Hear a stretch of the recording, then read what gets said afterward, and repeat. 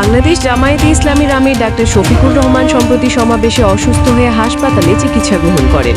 পরে তার follow up চিকিৎসার অংশ হিসেবে গতকাল মঙ্গলবার ২৯ জুলাই রাজধানীর একটি বেসরকারি হাসপাতালে এনজিওগ্রাম করা হয়। চিকিৎসকরা তার হার্টে ৩টি প্রধান রক্তনালীতে ব্লক ধরা পড়ার কথা জানিয়েছেন। বিশেষজ্ঞদের মতে তার এই অবস্থায় বাইপাস সার্জারি করানোই সবচেয়ে যুক্তিযুক্ত সিদ্ধান্ত হতে পারে।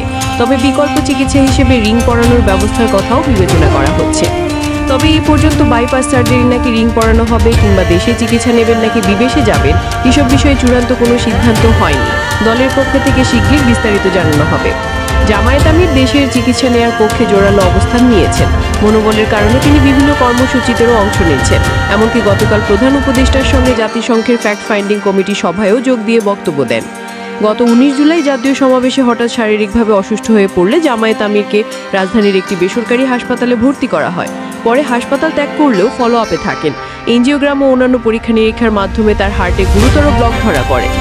আমিরের সুস্থতা কামনায় জামায়াতে ইসলামের বিভিন্ন পর্যায়ে দোয়া মাহফিল অনুষ্ঠিত হয়েছে। এ বিষয়ে ইবনে সিনা ট্রাস্টের ডেপুটি জেনারেল ম্যানেজার প্রশাসন জাহিদুর রহমান জাগো নিউজকে বলেন, বাইপাস সার্জারির পরামর্শ দিয়েছেন এমনটা জানানি। গতকালও তো তিনি একটি সভায় যোগ দিয়ে বক্তব্য দিয়েছেন। ASBD 24 সত্য প্রকাশে অপসীম। চ্যানেলটি সাবস্ক্রাইব করুন।